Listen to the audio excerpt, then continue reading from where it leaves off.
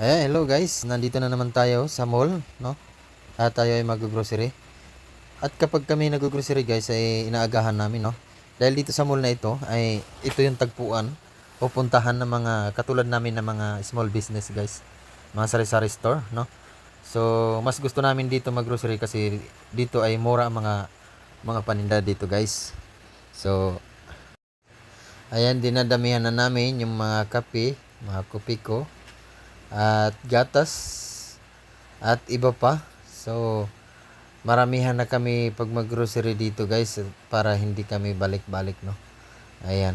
So ayan, maaga kaming pumunta dito guys dahil napakaraming mga nag-grocery dito guys. Kapag natanghalian ka ditong mag-grocery ay maabutan ka ng gabi, no. So kaya kailangan mas maaga para saktong hapon ay makauwi ka na. Mas maaga-aga ka makauwi. Kasi marami dito talaga mga customer guys. Pagka mahaba ang pila dito, mahirapan kang pumila.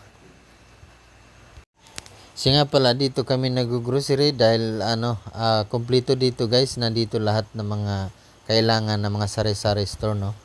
Kailangan kasi ang ating sari-sari store guys ay kumpleto ang paninda.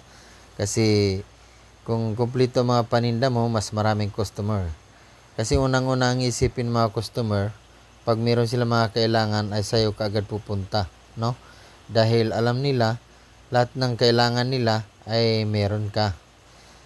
Tulad ng mga merienda guys, kung gusto nila ng mga merienda, gusto nila magmerienda, sigurado sila sarili nila na dito sila pupunta sa iyo para makabili, no, ng kailangan nila. Sigurado sila sarili nila kaya direct na sila dito guys. Hindi na sila pupunta pa sa ibang tindahan. Siya nga pala guys, sa mga customer dito galing sa mga iba't ibang bayan, dahil kilala itong mall na to na kumpleto guys, kaya dito ang tagpuan ng mga small business, no, mga sari-sari store.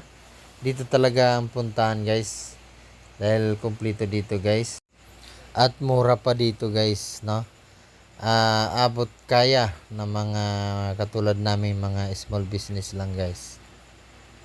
Kilala din kasi itong mall na ito guys na mura, no. Pang tindahan talaga. Pagka dito ka nag-grocery, siguradong may kita ka, no. Ayan.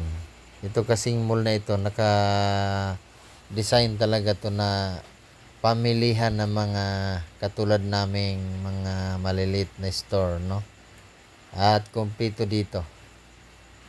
Ayan, katulad nga sinabi ko kanina, dahil medyo sikat itong mall na ito dito sa amin.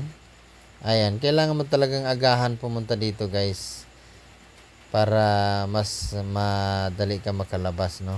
Ayan, nakita niyo naman ang daming mga customer dito. Ito sa pagkakataon na ito ay hindi masyadong marami ang customer.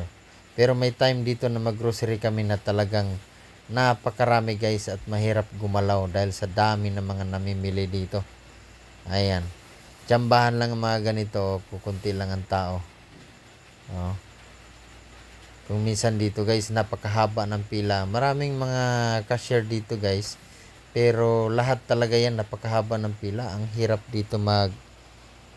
ditong mag-grocery pagka nagpang-abot kayo dito ng mga may sari-sari store. At siya nga pala guys, hanggang dito na lang aking video guys. Medyo mahaba na aking video. So hanggang dito na lang. Maraming salamat sa inyong panonood guys.